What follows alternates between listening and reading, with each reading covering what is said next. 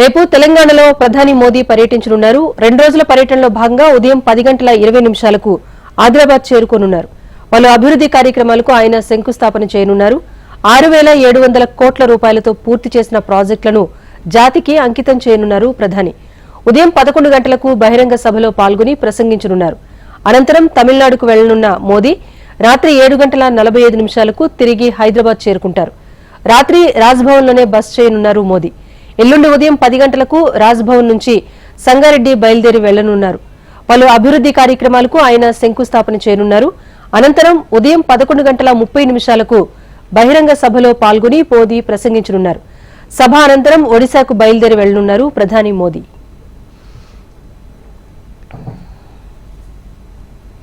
ప్రధాని పర్యటన సందర్భంగా ఆదిలాబాద్ జిల్లాలో ఏర్పాట్లను పరిశీలించారు మంత్రి సీతక్క. ప్రధాని నిర్వహించే అధికారిక కార్యక్రమాల్లో సీఎం రేవంత్ రెడ్డి పాల్గొంటారని తెలిపారు. ప్రధాని పర్యటనలో రాష్ట్రానికి రావాల్సిన వాటాలు, హక్కులపై వినతి పత్రాన్ని ఇస్తామన్నారు సీతక్క.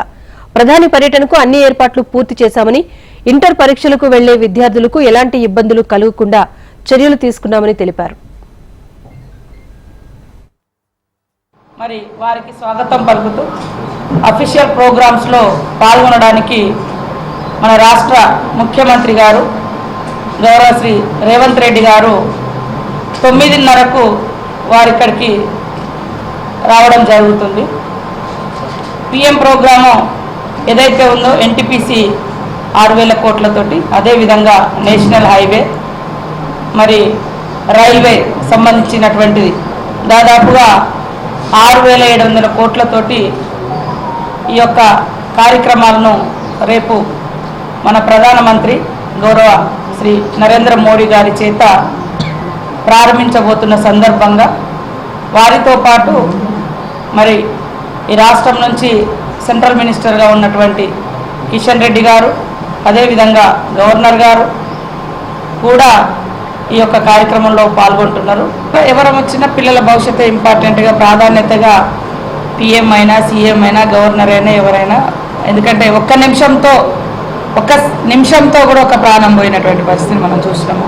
ఇవన్నింటి దృష్ట్యా పోలీస్ అధికారులు కానీ, అదేవిధంగా కలెక్టర్ కానీ ఈ యొక్క భద్రతను భద్రంగా చూస్తూనే పిల్లల భవిష్యత్తును కూడా ఎక్కడ స్పాయిల్ కాదు. టైం సెంట్రల్ గవర్నమెంట్ ఒక పిఎం గారు వచ్చినప్పుడు వారిని రెస్పెక్ట్ చేసే బాధ్యత మా మీద ఉంది.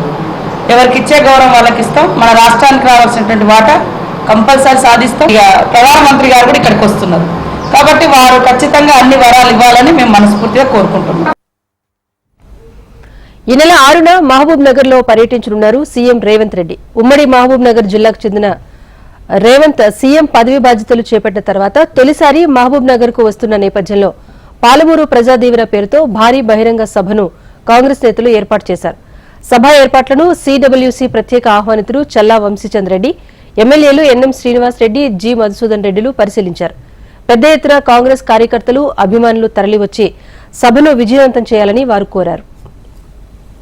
రాష్ట్ర ముఖ్యమంత్రి గారు శ్రీ యనమల రేవంత్ రెడ్డి గారు తెలంగాణ రాష్ట్రానికి ముఖ్యమంత్రిగా ప్రమాణ స్వీకారాలు చేసిన తర్వాత మొదటిసారిగా పాలమూరు పట్టణానికి విచ్చేస్తా ఉన్నాడు.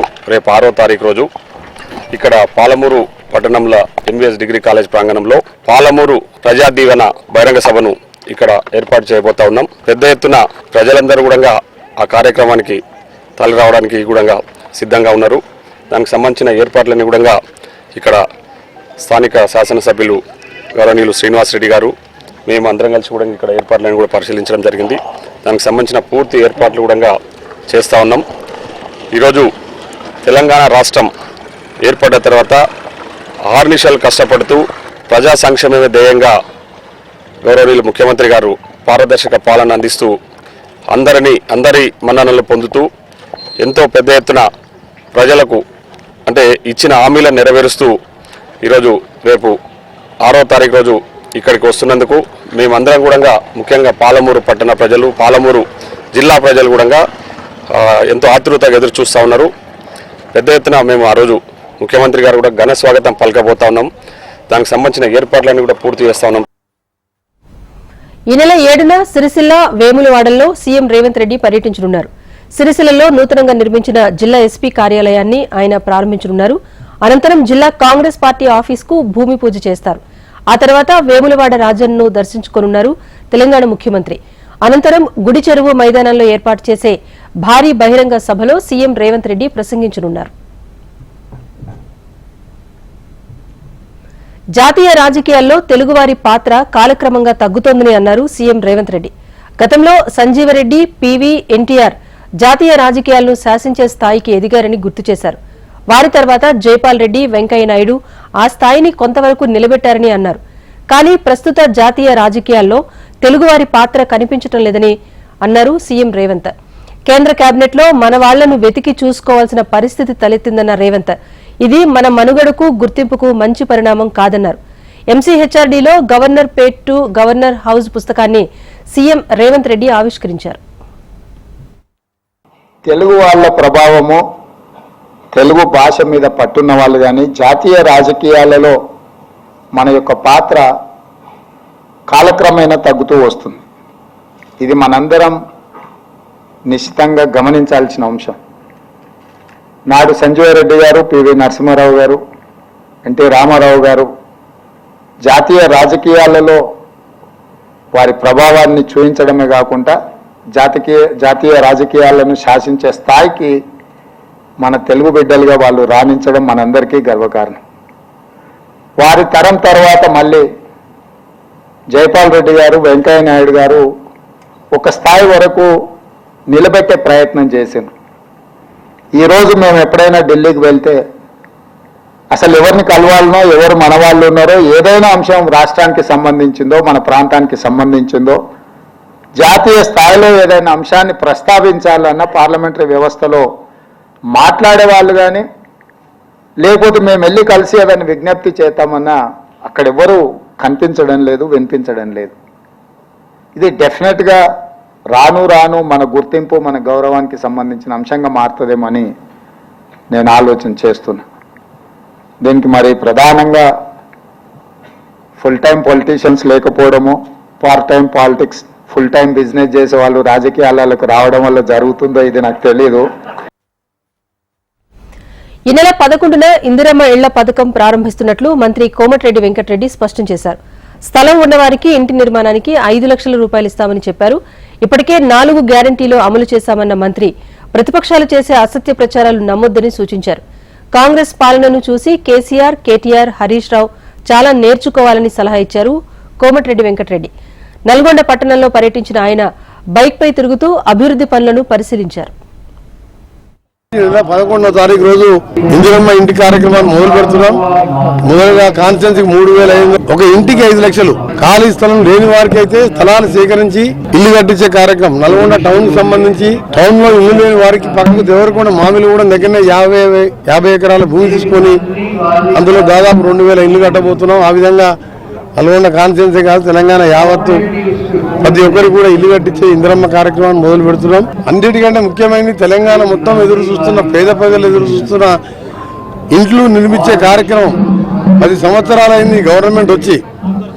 పేదవాడు 10 సంవత్సరాలకి ఒక ఇల్లు కట్టుకోకుండా చెట్ల కింద, పుట్టల కింద పండుకుంటూ ఒకవైపు 7 లక్షల కోట్లు అప్పు చేసి 3 లక్షలతో ప్రాజెక్టుల పేరు మీద దోచుకున్న కేసీఆర్ ప్రభుత్వం కట్టిన ప్రాజెక్టులు ఉండలేదు కానీ ఒక ఇల్లు కట్టలేకపోయిండు. ఎప్పుడైనా కేసీఆర్ గారు, కేటీఆర్, హరీష్ మీరు ఆలోచించుకోరు. పేదవానికి ఈ కార్యక్రమం చేయాలని ఆలోచన మీకు వచ్చిందా? ఇన్ని ఇబ్బందులు ఉన్నా మేము ఇంప్లిమెంట్ చేసుకుంటూ పోతున్నాం. ఇక్కడైనా మీరు ఒక 5 ఏళ్ళు ప్రతిపక్షంగా ఉండి మమ్మల్ని చూసి నేర్చుకోవాలని సలహా. లోక్సభ అభ్యర్థుల ఎంపికపై కసరత్తు ప్రారంభించింది బీఆర్ఎస్ పార్టీ. ఇందులో భాగంగా తెలంగాణ భవన్లో గులాబీ అధిపతి అధ్యక్షతన కరీంనగర్, పెద్దపల్లి లోక్సభ అభ్యర్థుల ఎంపికపై చర్చలు కొనసాగాయి. కరీంనగర్ లోక్సభ అభ్యర్థిగా బోయిన్పల్లి వినోద్ కుమార్, పెద్దపల్లి లోక్సభ అభ్యర్థిగా కొప్పుల ఈశ్వర్ పేర్లు దాదాపు ఖరారయ్యాయి. అయితే ఇవాళ అష్టమి కారణంగా రేపు ఉదయం 10 గంటలకు BRS working president KTR press meet నిర్వహించి అభ్యర్థుల పేర్లను అధికారికంగా ప్రకటించనున్నారు. అలాగే కరీంనగర్లో బహిరంగ సభ వివరాలను కూడా కేటీఆర్ వెల్లడించనున్నారు. తెలంగాణ భవన్లో పెద్దపల్లి లోక్సభ ముఖ్య నేతల సమావేశంలో కేసీఆర్ పాల్గొన్నారు. నియోజకవర్గాల్లో కోఆర్డినేషన్ కమిటీలు వేసుకుని కలిసికట్టుగా పనిచేయాలని నేతలకు దిశానిర్దేశం చేశారు. ఓడిపోయిన ఎమ్మెల్యేలపై ప్రజల్లో చాలా చోట్ల వ్యతిరేకత తగ్గలేదన్న కేసీఆర్ అందరూ తమ ఎమ్మెల్యే ఓడిపోవాలి, కేసీఆర్ గెలవాలని అనుకున్నారని అన్నారు. అందుకే మొదటికే మోసం వచ్చిందని కేసీఆర్ చెప్పుకొచ్చారు. త్వరలో రాష్ట్ర వ్యాప్తంగా బస్సు యాత్రలు చేపడతామన్న గులాబీ బాస్ మండల స్థాయిలో సమావేశాలు పెట్టుకోవాలని సూచించారు. అంతకుముందు తెలంగాణ భవన్లో కేసీఆర్ కరీంనగర్ లోక్సభ నేతలతో భేటీ అయ్యారు. ఈ సమావేశంలో కేసీఆర్ ఆసక్తికర వ్యాఖ్యలు చేశారు. కరీంనగర్ పార్లమెంట్లో బీఆర్ఎస్ ఖచ్చితంగా గెలవబోతోంది అంటూ ధీమా వ్యక్తం చేశారు. లోక్సభ ఎన్నికల్లో బీఆర్ఎస్ బీజేపీ మధ్యనే ప్రధాన పోటీ ఉంటుందని చెప్పారు. అతి కొద్ది రోజుల్లోనే కాంగ్రెస్ ప్రభుత్వంపై ప్రజల్లో వ్యతిరేకత వచ్చిందని, తెలంగాణలో రైతులు రోడ్లెక్కే పరిస్థితి దాపురించిందని అన్నారు కేసీఆర్. బీఆర్ఎస్ తోనే మేలు జరుగుతుంది అనే టాక్ ప్రజల్లో మొదలైందని, అసెంబ్లీ ఎన్నికల ఫలితాలను పట్టించుకోవద్దని నేతలకు సూచించారు. పార్లమెంట్ ఎన్నికల్లో ఎక్కువ స్థానాలు గెలిచేలా నేతలంతా కలిసికట్టుగా కృషి చేయాలని అన్నారు. ఇక ఈ నెల 12న Karimnagar SRR degree college grounds లో బీఆర్ఎస్ బహిరంగ సభ నిర్వహించనుంది. ఉద్యమకాలం నుంచి సెంటిమెంట్ గా వస్తున్న ఎస్ఆర్ఆర్ కాలేజ్ గ్రౌండ్స్ లోనే బీఆర్ఎస్ బహిరంగ సభ జరగబోతోందని కేసీఆర్ స్పష్టం చేశారు. తెలంగాణ భవన్లో చేవెళ్ల లోక్సభ పరిధిలోని నియోజకవర్గ నేతలతో బీఆర్ఎస్ వర్కింగ్ ప్రెసిడెంట్ కేటీఆర్ భేటీ అయ్యారు. అయితే రంజిత్ రెడ్డి పోటీపైన ఇంకా అనిశ్చితి నెలకొంది. ఇప్పటి వరకు పోటీపై ఆయన ఎలాంటి క్లారిటీ ఇవ్వలేదు. దీంతో ప్రత్యామ్నాయ నేతల పేర్లను పరిశీలిస్తోంది గులాబీ అధిష్టానం. ఇదిలా ఉంటే మాజీ ఎమ్మెల్యేలతోనూ కేటీఆర్ చర్చలు జరిపారు. కొప్పుల మహేశ్వర్ రెడ్డి, మెతుకు ఆనంద్, పైలట్ రోహిత్ రెడ్డి ఈ సమావేశంలో పాల్గొన్నారు. పోటీ చేయడానికి ఆసక్తి ఉన్నవారిని కేటీఆర్ ఆరా తీయగా తాము పోటీ చేయడానికి సిద్ధంగా లేమని తేల్చి చెప్పారు మాజీ ఎమ్మెల్యేలు. దీంతో తాము సూచించిన నేతకు సపోర్ట్ చేయాలని మాజీ ఎమ్మెల్యేలకు కేటీఆర్ సూచించారు. కాసాని వీరేశం, మాజీ మంత్రి సబితా ఇంద్రారెడ్డి తనయుడు పటోళ్ల కార్తీక్ రెడ్డి పేర్లను బీఆర్ఎస్ అధిష్టానం పరిశీలిస్తోంది. హైదరాబాద్ అమీర్పేట్లోని ధరంకరం రోడ్డులో గృహజ్యోతి కార్యక్రమాన్ని ప్రారంభించారు రవాణా శాఖ మంత్రి పొన్నం ప్రభాకర్. మీటర్ రీడింగ్ తీసి జీరో బిల్లులను మహిళలకు అందించారు మంత్రి. కార్యక్రమంలో హైదరాబాద్ కలెక్టర్ అనుదీప్, విద్యుత్ శాఖ అధికారులు పాల్గొన్నారు. ఈ సందర్భంగా మంత్రి పొన్నం ప్రభాకర్ మాట్లాడారు. ఎన్నికల ముందు ఇచ్చిన హామీలను ఒక్కొక్కటిగా అమలు చేస్తున్నట్టుగా తెలిపారు. 1000 రూపాయల విలువైన విద్యుత్ను ఉచితంగా అందిస్తున్నామన్నారు. ప్రతిపక్షాలు నిర్మాణాత్మక సలహాలు ఇవ్వాలని, అనవసరమైన విమర్శలు చేయొద్దని మంత్రి సూచించారు.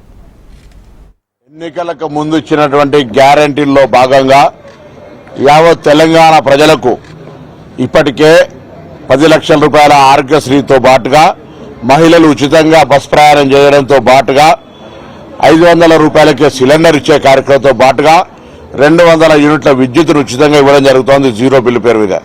ఈరోజు ఈ ఏరియాలో హైదరాబాద్ జంట నగరాలకు సంబంధించి అమీర్పేటలో జీరో బిల్లుకు సంబంధించి గౌరవ జిల్లా కలెక్టర్ గారు, స్థానిక కార్పొరేటర్, స్థానిక ఈ వార్డుకు సంబంధించిన పెద్దల సమక్షంలో తల్లికి జీరో బిల్లు ఇవ్వడం జరిగింది. ఇది చాలా సంతోషకరం. ఎందుకంటే పేదలకు దాదాపు 1000 రూపాయలకు విలువైనటువంటి కరెంటును నెలకు ఉచితంగా ఇవ్వడం జరుగుతూ ఉంది. ఇది మేము ఇచ్చినటువంటి మాట. ఇవాళకి ఫలితాలు వచ్చి ఇలా మార్చి 3 డిసెంబర్ 3 నాడు ఫలితాలు వస్తే 90 రోజుల లోపల ఇవన్నీ కూడా పూర్తి చేసి ప్రజలకు అందజేస్తా ఉన్నాం. దయచేసి నిర్మాణాత్మక సలహాలు ఇవ్వండి తప్ప అనవసర విమర్శలొద్దు. ఈ రోజు ఉన్నటువంటి ఆర్థిక పరిస్థితి తెలుసు. అయినప్పటికీ కూడా రాబోయే మార్చి 11 నాడు ఇందిరమ్మ ఇండ్లతో పాటుగా మిగతా వాగ్దానాలన్నీ కూడా పూర్తి చేసే బాధ్యత మాది. విశ్వాసం ఉంచండి. ఈ రోజు ఈ కార్యక్రమాలన్నీ కూడా మామూలు అంశాలు కాదు. మహిళలకు సంబంధించి కుటుంబ పరంగా రోజు వాడి ఉపయోగించుకునే విద్యుత్ కావచ్చు, గ్యాస్ కావచ్చు, ప్రయాణానికి సంబంధించిన మహిళలది కావచ్చు, ఆరోగ్యం కావచ్చు, వీటన్నిటి ద్వారా తప్పకుండా మహిళా సాధికారికత వచ్చి వాళ్ళ యొక్క జీవితాల్లో కొంచెం అభివృద్ధి జరిగేటువంటి అవకాశం ఉంటుంది. ప్రజాహిత యాత్రలో ప్రజల నుంచి బీజేపీకి మంచి స్పందన లభిస్తుందన్నారు కరీంనగర్ ఎంపీ బండి సంజయ్. హుజూరాబాద్ లో ప్రజాహిత యాత్ర నిర్వహించిన బండి సంజయ్ ప్రజలు ప్రధానిగా మోదీనే కోరుకుంటున్నారని తెలిపారు. తమ ప్రధాని అభ్యర్థి ఎవరో కూడా తెలియని విపక్ష పార్టీలు అధికారంలోకి ఎలా వస్తాయంటూ ప్రశ్నిస్తున్నారని అన్నారు. వేములవాడ, సిరిసిల్ల, హుస్నాబాద్, హుజూరాబాద్ ఈ 4 నియోజకవర్గాల్లో కూడా ప్రజల నుంచి మంచి స్పందన ఉన్నది. పెద్ద ఎత్తున ప్రజలు తరలి రావడము, ఆశీర్వదించడము, స్వాగతం పలకడం, మోడీ గారిని ఎట్టి బస్సులో గెలిపిస్తామని చెప్పి, మోడీ గారిని ప్రధానమంత్రి చేస్తామని చెప్పి, మా ఓటు మోడీకే, ఇవి మోడీ ఎన్నికలు, ఢిల్లీలో ప్రధానమంత్రి నిర్ణయించే ఎన్నికలు, మాకు నరేంద్ర మోడీ గారి ప్రధాని తప్ప వేరే ఏ పార్టీ నాయకుడు వాళ్ళ ప్రధానమంత్రి అభ్యర్థితో ప్రకటించలేదు, చెప్తలేరు. కాబట్టి ప్రధానమంత్రిగా ఉన్నట్టు ఏకైక అభ్యర్థి, ఏకైక నాయకుడు నరేంద్ర మోడీ గారు. కాబట్టి నరేంద్ర మోడీ గారికి ఎట్టి బస్సులు అయితే ఒకసారి ప్రధానమంత్రి చేస్తామని చెప్పి ఒక విశ్వాసాన్ని నమ్మకాన్ని ఇలా ఇక్కడ ప్రజలు పరిగణిస్తూ ఉంటారు. కాళేశ్వరం ప్రాజెక్టులోని మేడిగడ్డ, అన్నారం, సుందిళ్ల బరాజ్ల డిజైన్లు, నిర్మాణాల అధ్యయనానికి నేషనల్ డ్యామ్ సేఫ్టీ అథారిటీ కమిటీని నియమించింది. సెంట్రల్ వాటర్ కమిషన్ మాజీ చైర్మన్ చంద్రశేఖర్ అయ్యర్ చైర్మన్ గా 5 సభ్యులతో కూడిన కమిటీని ఏర్పాటు చేసింది. కమిటీ సభ్యులుగా విద్యార్థి పాటిల్, శివకుమార్ శర్మ, రాహుల్ కుమార్ సింగ్, అమితాబ్ మీనాను నియమించింది. ఈ నెల 6న నిపుణుల కమిటీ కాళేశ్వరం ప్రాజెక్టును పరిశీలించనుంది. 3 బరాజ్ల డిజైన్లు, నిర్మాణాల తీరు, డ్యామేజ్ కు గల కారణాలను ఈ కమిటీ పూర్తి స్థాయిలో పరిశీలించనుంది. 4 నెలల్లో నేషనల్ డ్యామ్ సేఫ్టీ అథారిటీకి ఈ కమిటీ రిపోర్టును సమర్పించనుంది. నిపుణుల కమిటీ రాకను స్వాగతిస్తున్నామని అన్నారు మంత్రి ఉత్తమ్ కుమార్ రెడ్డి. రాష్ట్ర ప్రభుత్వం తరపున అన్ని రకాలుగా సహకరిస్తామన్నారు. ఇక బీఆర్ఎస్ నాయకులపైన ఉత్తమ్ విమర్శనాస్త్రాలు సంధించారు. బాధ్యతారహితంగా బీఆర్ఎస్ నేతలు రాజకీయ ప్రయోజనాల కోసం రైతాంగ ప్రయోజనాలను ఫనంగా పెట్టడం దురదృష్టకరమని అన్నారు మంత్రి ఉత్తమ్. గొర్రెల పంపిణీ కేసులో మరో ట్విస్ట్ బయటపడింది. అవకతవకల్లో మరో జాయింట్ డైరెక్టర్ కు హస్తం ఉన్నట్లుగా ఏసీబీ అధికారులు గుర్తించారు. ఈ కేసులో ఇప్పటికే 4 ప్రభుత్వ అధికారులను అరెస్ట్ చేశారు. అరెస్ట్ చేసిన 4 ఏసీబీ అధికారులు 3 రోజుల పాటు విచారించడంతో జాయింట్ డైరెక్టర్ పాత్ర బయటపడింది. రికార్డుల్లోకి బినామీ ఖాతాల వివరాలను జేడీ ఎక్కించారు. మొయినుద్దీన్ నుంచి జేడీ లక్షల రూపాయలు తీసుకున్నారు. మొయినుద్దీన్, అతని కుమారుడు ఇక్రమ్ రైతుల డబ్బులు తీసుకుని విదేశాలకు పారిపోయారు. జాయింట్ డైరెక్టర్ కు ఏసీబీ అధికారులు నోటీసులు పంపించారు. మార్చి నెల ప్రారంభంలోనే ఎండలు మండిపోతున్నాయి. దీంతో తెలంగాణ రాష్ట్ర విద్యాశాఖ కీలక నిర్ణయం తీసుకుంది. ఒంటిపూట బడుల నిర్వహణపై కీలక ప్రకటన చేసింది. ఈ నెల 15వ తేదీ నుంచి రాష్ట్రంలో బడులు ఒక్కపూట మాత్రమే ఉంటాయి. రాష్ట్రంలోని ప్రభుత్వ, ఎయిడెడ్, ప్రైవేట్ పాఠశాలల్లో మార్చి 15వ తేదీ నుంచి ఏప్రిల్ 23వ తేదీ వరకు ఒక్కపూట బడులు ఉంటాయి. ఒక్కపూట బడులు ప్రారంభమైన తర్వాత ఉదయం 8 గంటల నుంచి మధ్యాహ్నం 12:30 వరకు స్కూల్ నడవబోతోంది.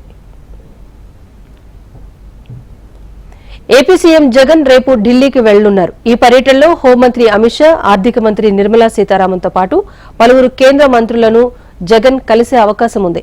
త్వరలోనే పార్లమెంట్ ఎన్నికల షెడ్యూల్ వచ్చే అవకాశం ఉండటంతో రాష్ట్రానికి రావాల్సిన నిధులు, పలు అంశాలపైన సీఎం జగన్ చర్చించనున్నట్టుగా తెలుస్తోంది.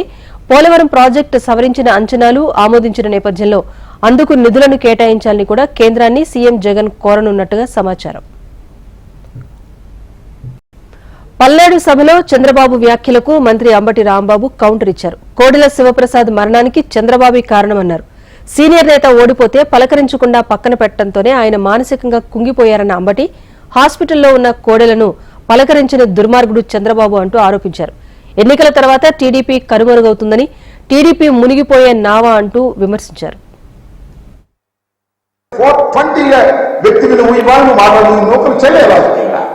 ఇంకా ఈ రాష్ట్రంలో నీకు భవిష్యత్తు లేదు, నీ పార్టీకి భవిష్యత్తు లేదు. అందువల్ల కాకపోతే నేను కాదు వెంకటేశ్వర, ఇన్ని వెంకటేశ్వర శంకర్రావు ఉంటాడు.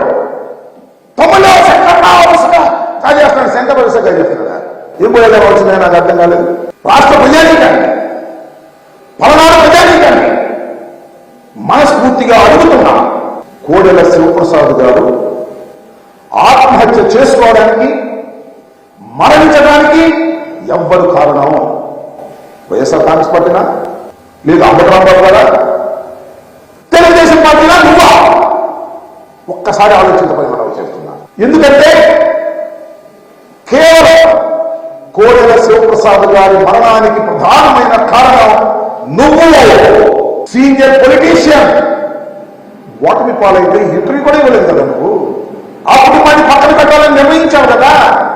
కోడెల శివప్రసాద్ పక్కకు నెట్టాలని నిర్ణయించుకున్న తర్వాత ఆ బాధ పడలేక మానసికంగా 1-2 సార్లు నిన్ను కలుసుకోవడానికి ప్రయత్నం చేసిన వారి కుటుంబాన్ని కానీ వారిని కానీ పక్కకు నెట్టేసినటువంటి దుర్మార్గులకు నువ్వు. ఏపీలో 175 అసెంబ్లీ, 25 పార్లమెంట్ సీట్లపైనే చర్చించామని, పొత్తులపై ఎలాంటి చర్చ జరగలేదని తెలిపారు AP BJP chief Purandeswari. Assembly నియోజకవర్గాలకు మొత్తం 2000కు పైగా దరఖాస్తులొచ్చాయన్నారు. అభ్యర్థుల ఆర్థిక, రాజకీయ, సామాజిక అంశాలపై చర్చించామని తెలిపారు. అధిష్టానానికి తమ అభిప్రాయాలు మాత్రమే తెలియజేస్తామని, అభ్యర్థుల ఎంపిక, పొత్తులపై కేంద్రం పెద్దలే నిర్ణయం తీసుకుంటారని పురంధేశ్వరి తెలిపారు. అధిష్టానం నిర్ణయానికి అనుగుణంగా కార్యాచరణ ఉంటుందన్నారు. పొత్తుల గురించి 2 రోజుల్లో కార్యకర్తలతోటి అస్సలు చర్చ జరగలేదు. కేవలం మాకు వచ్చినటువంటి అప్లికేషన్స్ ఏవైతే ఉన్నాయో అవి ఈ జిల్లా వారీగా అక్కడ ఉన్నటువంటి నాయకుల ముందు పెట్టి దాని మీద మాత్రమే చర్చ జరిగింది. ఇందాకన్నట్లుగా పొత్తు మీద నిర్ణయం పైన తీసుకుంటారు. మా బాధ్యత మేము అన్ని కూడా ఇక్కడ క్రోడీకరించి పైకి పంపించిన తర్వాత వారు ఒకవేళ పొత్తు మీద నిర్ణయం తీసుకుంటే మాకు తెలియజేస్తారు. దానికి అనుగుణంగా మళ్ళీ ఒకసారి సమీక్ష జరుగుతుంది. హైదరాబాద్ ను మరో 10 ఏళ్ల పాటు ఉమ్మడి రాజధానిగా ఉంచాలని ఏపీ హైకోర్టులో పిల్ దాఖలైంది. ఈ ఏడాది జూన్ 2తో 10 ఏళ్ల ఉమ్మడి రాజధాని సమయం ముగియనుంది. 2034 వరకు దీన్ని పొడిగించాలి అంటూ పిటిషన్ దాఖలైంది. 2 రాష్ట్రాల మధ్య ఆస్తులు, అప్పులు వంటివి విభజన చేయాల్సినవి చాలా ఉన్నాయని పిటిషనర్ పేర్కొన్నారు. విచారణను వచ్చే బుధవారానికి వాయిదా వేసింది కోర్టు. చంద్రబాబు మోసపూరిత రాజకీయాలు పనిచేయవని, ప్రజల అండదండలు సీఎం జగన్ కు పుష్కలంగా ఉన్నాయని తెలిపారు మంత్రి మేరుగ నాగార్జున. తిరుమల శ్రీవారి సేవలో పాల్గొన్న మేరుగ నాగార్జున 175 స్థానాలకు అభ్యర్థులు లేక చంద్రబాబు పొత్తులు పెట్టుకుంటున్నారని అన్నారు. ప్రజలను తప్పుదోవ పట్టించేందుకు చంద్రబాబు కుట్రలు చేస్తున్నారంటూ ఆరోపించారు. రాబోయే ఎన్నికల్లో చంద్రబాబుకు ప్రజలే బుద్ధి చెబుతారన్నారు. ముఖ్యంగా మా అందరి కోరిక ఈ రాష్ట్రానికి మరలా ముఖ్యమంత్రి కావాలి జగన్మోహన్ రెడ్డి గారిని. తప్పకుండా దేవుని నిండు ఆశీస్సులు జగన్మోహన్ రెడ్డి గారికి ఉండాలని, ఆయన గొడుగు కింద మేమందరమే సుఖంగా ఉండాలని, ఈ రాష్ట్ర ప్రజల యొక్క అభిక్షం, ఈ రాష్ట్ర ప్రజల యొక్క బాగోగులు చూసే నాయకుడైనటువంటి జగన్మోహన్ రెడ్డి గారిని చల్లగా దేవుడు దీవించాలని దేవుడిని ప్రార్థించడం జరిగింది. ఇకపోతే రాష్ట్రంలో చంద్రబాబు నాయుడు అనే వ్యక్తి 14 సంవత్సరాలు ముఖ్యమంత్రిగా పనిచేసి ఈరోజు 175 నియోజకవర్గాల్లో క్యాండిడేట్లు పెట్టలేక అనేక పార్టీలను కలుపుకొని ఈరోజు ఈ రాష్ట్రాన్ని ప్రక్కదోవ పట్టించాలని, ప్రజలను మోసం చేయాలని మరలా కుట్రలు కుతంత్రాలు చేస్తూ ఉన్నాడు. తప్పకుండా అతనికి ఈ రాష్ట్రంలో రాజకీయ భవిష్యత్తు ఉండకుండా చేయాలని మోసకారి రాజకీయ వ్యూహం సినిమాను రిలీజ్ అవటం సంతోషంగా ఉందని ఆర్జీవీ అన్నారు. టీడీపీ ఎంత అడ్డుకున్నా సినిమా రిలీజ్ చేసుకోగలిగామని, త్వరలోనే సీక్వెల్ కూడా రిలీజ్ చేస్తామన్నారు ఆర్జీవీ. విజయవాడలో యూనిట్ తో పాటు ప్రేక్షకులతో కలిసి సినిమా చూశారు. లోకేష్ పాత్రను తానేమీ కించపరచలేదని, పవన్ లోకేష్ బయట ఎలా ఉంటారో అలానే చూపించారని అన్నారు. ఫస్ట్ మీ క్వశ్చన్, లోకేష్ ని బయట తను ఎలా ఉంటారో అలాగే చూపించాను. ఇక వైసీపీకి ప్రో జగన్ నేను ఫస్ట్ నుంచి చెప్తానే ఉన్నాను. వైసీపీకి నాకు సంబంధం లేదు. పవన్ కళ్యాణ్ కూడా తన క్యారెక్టర్ మామూలుగా బయట ఎలా మాట్లాడుతుందో అదే చూపించాను. చెప్పడం కంటిన్యూషన్ అవుతుంది కదా సినిమాకి, కంటిన్యూషన్. 2 సినిమాలు కలిపి సిబిఎన్ గారు జైలుకి వెళ్ళే వరకు అదే కథ అయిపోతాం. ఫస్ట్ పార్ట్ నిన్న రిలీజ్ అయింది. చాలా స్టేట్ అంతా చాలా మంచి రెస్పాన్స్ వచ్చింది. సెకండ్ పార్ట్ ఇంకొక 1 వారం రోజుల్లో రిలీజ్ అవబోతుంది. So will again meet for that meet. అది ఇంతవరకు లోకేష్ కానీ టీడీపీ పార్టీ వాళ్ళు కానీ ఎంతమంది ట్రై చేసిన నేను కిరణ్ కంప్లీట్ లీగల్ ప్రాసెస్లో ఫైట్ చేసి ఫైనల్గా రిలీజ్ చేయగలిగాం. గచ్చిబౌలి డ్రగ్స్ కేసు కొలిక్కొచ్చింది. గోవా నుంచి గచ్చిబౌలి పార్టీకి డ్రగ్స్ వచ్చినట్లుగా విచారణలో నిర్ధారణైంది. గోవాలో డ్రగ్స్ వ్యాపారి అబ్దుల్ నుంచి హైదరాబాద్ కు సరఫరా జరిగినట్లుగా అధికారులు గుర్తించారు. అబ్దుల్ నుంచి రెహమాన్, మీర్జా, అబ్బాస్, ప్రవీణ్ వరకు కూడా చేతులు మారుతూ వివేకానంద్ వరకు డ్రగ్స్ చేరాయి. అబ్దుల్ ప్రస్తుతం గోవా జైల్లో ఉన్నాడు. ఇక అబ్దుల్ నుంచే హైదరాబాద్ కు డ్రగ్స్ చేరినట్లుగా పోలీసులు నిర్ధారించారు. విపక్ష ఇండియా కూటమి ఎన్నికల శంఖారావాన్ని పూరించింది. బీహార్ రాజధాని పాట్నా వేదికగా భారీ బహిరంగ సభ నిర్వహించింది. ఈ సభకు విపక్ష పార్టీలకు చెందిన అగ్రనేతలు హాజరయ్యారు. కాంగ్రెస్ అధ్యక్షుడు మల్లికార్జున ఖర్గే, రాహుల్ గాంధీ, అఖిలేష్ యాదవ్, లాలూ ప్రసాద్, సీతారాం ఏచూరి సహా పలువురు భాగస్వామ్య పక్షాలకు చెందిన నేతలు పాల్గొన్నారు. కేంద్ర ప్రభుత్వంతో పాటు ఇటీవలే ఇండియా కూటమి వీడి ఎన్డీఏలో చేరిన బీహార్ ముఖ్యమంత్రి నితీష్ కుమార్ లక్ష్యంగా విమర్శలు గుప్పించారు నేతలు. ప్రధాని మోదీ హయాంలో భారత్లో నిరుద్యోగ సమస్య తీవ్రస్థాయిలో పెరిగిందన్నారు కాంగ్రెస్ అగ్రనేత రాహుల్. మధ్యప్రదేశ్లోని గ్వాలియర్లో భారత్ జోడో న్యాయయాత్ర నిర్వహించిన రాహుల్ గాంధీ కేంద్ర ప్రభుత్వంపై విమర్శలు గుప్పించారు. 40 ఏళ్లలో ఏనాడూ లేనంత నిరుద్యోగ సమస్య దేశంలో ఏర్పడిందని, పాకిస్తాన్ కంటే అది రెట్టింపైందని అన్నారు. బీజేపీ హయాంలో తీసుకున్న అనాలోచిత నిర్ణయాలతో దేశంలో పరిశ్రమలకు ఇబ్బందులు ఎదురయ్యాయన్నారు రాహుల్ గాంధీ. आपको मालूम है कि हिंदुस्तान में पाकिस्तान से दुगनी बेरोजगारी है। यहां पे 23% है युवाओं की, वहां पे 12%, तो तकरीबन दुगनी बेरोजगारी हिंदुस्तान में है। बांग्लादेश పాకిస్తాన్ ప్రధానిగా షహబాజ్ షరీఫ్ ఎన్నికయ్యారు. ఎన్నికల ముందు 16 నెలల పాటు ప్రధానిగా బాధ్యతలు చేపట్టిన షహబాజ్ రెండోసారి ప్రధానిగా ఎన్నికయ్యారు. పార్లమెంట్లో నిర్వహించిన ఓటింగ్లో పీఎంఎల్ఎన్ పీపీపీ కూటమికి 201 మంది మద్దతిచ్చారు. మాజీ ప్రధాని ఇమ్రాన్ పార్టీ పీటీఐ నుంచి ప్రధాని అభ్యర్థిగా ఉమర్ అయూబ్ నిలబడగా 92 మంది సభ్యుల మద్దతు మాత్రమే లభించింది. దీంతో షహబాజ్ ప్రధానిగా ఎన్నికయ్యారు. రేపు అధ్యక్ష భవనంలో ప్రధానిగా షహబాజ్ షరీఫ్ ప్రమాణ స్వీకారం చేయనున్నారు. భారత సంపన్నుడు రిలయన్స్ ఇండస్ట్రీస్ అధిపతి ముఖేష్ అంబానీ చిన్న కుమారుడు Anant, encore health care CEO Viren merchant కుమార్తె రాధిక ప్రీ వెడ్డింగ్ వేడుకలు జామ్నగర్లో అంబరాన్నంటాయి. ప్రపంచం నలుమూలల నుంచి అతిరథ మహారథులు ఈ వేడుకకు హాజరయ్యారు. గ్లోబల్ పర్సనాలిటీస్ అయిన మైక్రోసాఫ్ట్ మాజీ CEO Bill Gates, Facebook CEO Mark Zuckerberg, Walt Disney CEO Bob Iger, Adobe CEO Shantanu Narayen సహా పలువురు ప్రముఖులతో పాటు బాలీవుడ్ నుంచి షారూక్ ఖాన్, అమితాబ్ బచ్చన్, దీపికా పదుకొన్, సల్మాన్ ఖాన్ వంటి వారు వేడుకకు హాజరయ్యారు. సినీ రంగానికి చెందిన ప్రముఖులతో అనంత్ అంబానీ ప్రీ వెడ్డింగ్ ఈవెంట్లో సంబరాలు అంబరానంటాయి. బాలీవుడ్ టాప్ హీరోలు సల్మాన్, షారూక్, అమీర్లు ఒకచోట కలవటం చాలా అరుదు. అలాంటిది ముగ్గురు కలిసి అంబానీ ఈవెంట్లో ఫేమస్ పాటలకు డాన్స్ వేసి అలరించారు. ఇందులో భాగంగానే నాటు నాటు పాటకు కూడా స్టెప్ వేశారు.